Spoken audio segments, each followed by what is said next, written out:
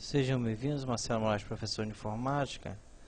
Gostaria de chamar a atenção a vocês aqui num reparo feito a uma placa-mãe, onde após uma inspeção visual eu pude determinar o componente que apresentava defeito.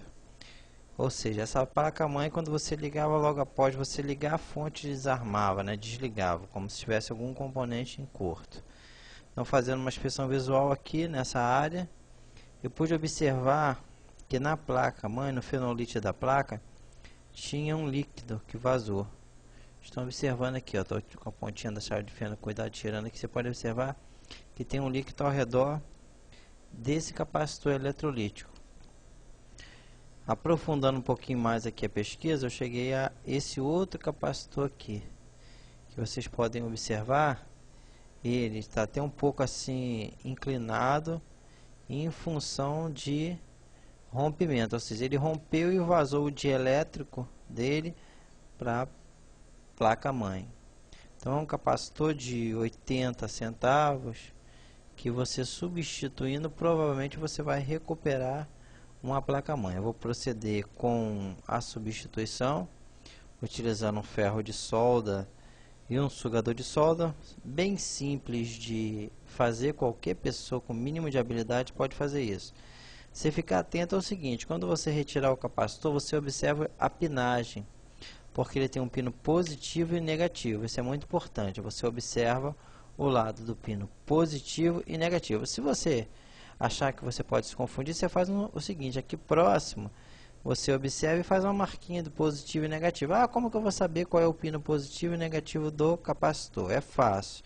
Deixa eu levantar um pouquinho aqui a câmera, que eu vou dar uma dica para você interessante.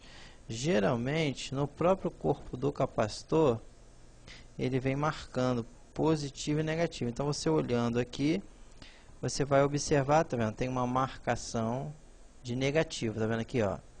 Na lateral verde aqui, negativo. Todos os negativos estão marcados. Então você vai observar o que? Um capacitor. Como que eu vou saber o valor dele? É simples, você vai observar a lateral, certo? Do próprio capacitor. Pode acontecer de ele estourar, romper completamente, e você ficar com dificuldade até de saber o valor.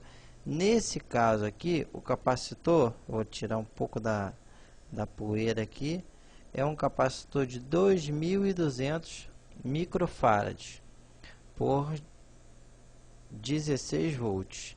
Então você vai poder chegar na loja, eu quero um capacitor de 2.200 microfarads, tá? Pelo amor de Deus, ninguém vai falar MF, que não é isso, é microfarad.